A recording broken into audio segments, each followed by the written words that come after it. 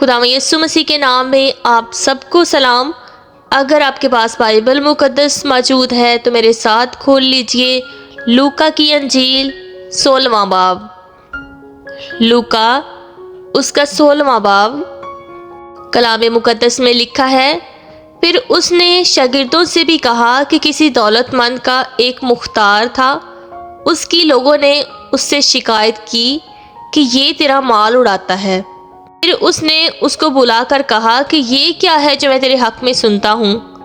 اپنی مختاری کا حساب دے، کیونکہ آگے کو تو مختار نہیں رہ سکتا۔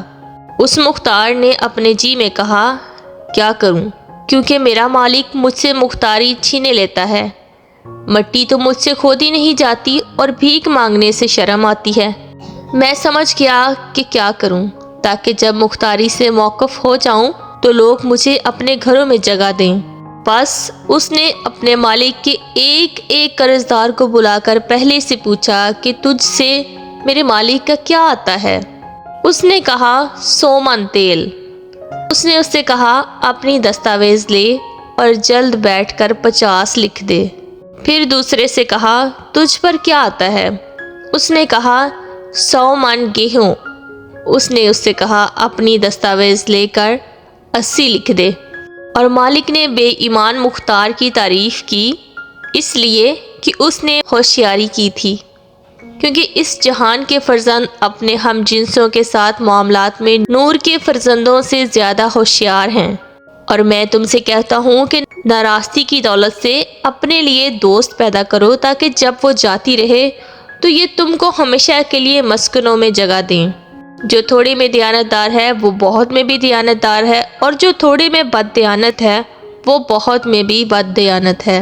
بس جب تم ناراض دولت میں دیانتدار نہ ٹھہرے تو حقیقی دولت کون تمہارے سپرد کر دے گا؟ اور اگر تم بیگانہ مال میں دیانتدار نہ ٹھہرے تو جو تمہارا اپنا ہے اسے کون تمہیں دے گا؟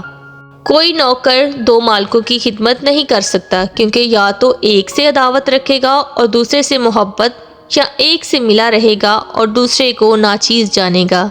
تم خدا اور دولت دونوں کی خدمت نہیں کر سکتے۔ فریسی جو زر دوست تھے ان سب باتوں کو سن کر اسے ٹھٹھے میں اڑانے لگے۔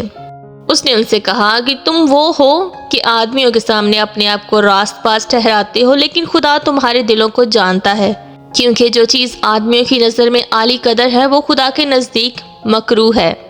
شریعت اور انبیاء یوحنا تک رہے، اس وقت سے خدا کی بادشاہی کی خوشخبری دی جاتی ہے اور ہر ایک زور مار کر اس میں داخل ہوتا ہے۔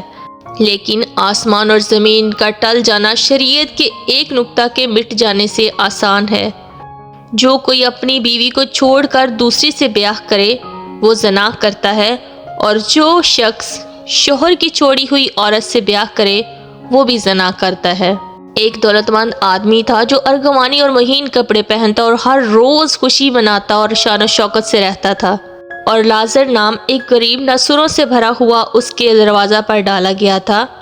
اسے آرزو تھی کہ دولت مند کی میز سے گرے ہوئے ٹکڑوں سے اپنا پیٹ بھرے، بلکہ کتے بھی آ کر اس کے ناسور چاٹتے تھے۔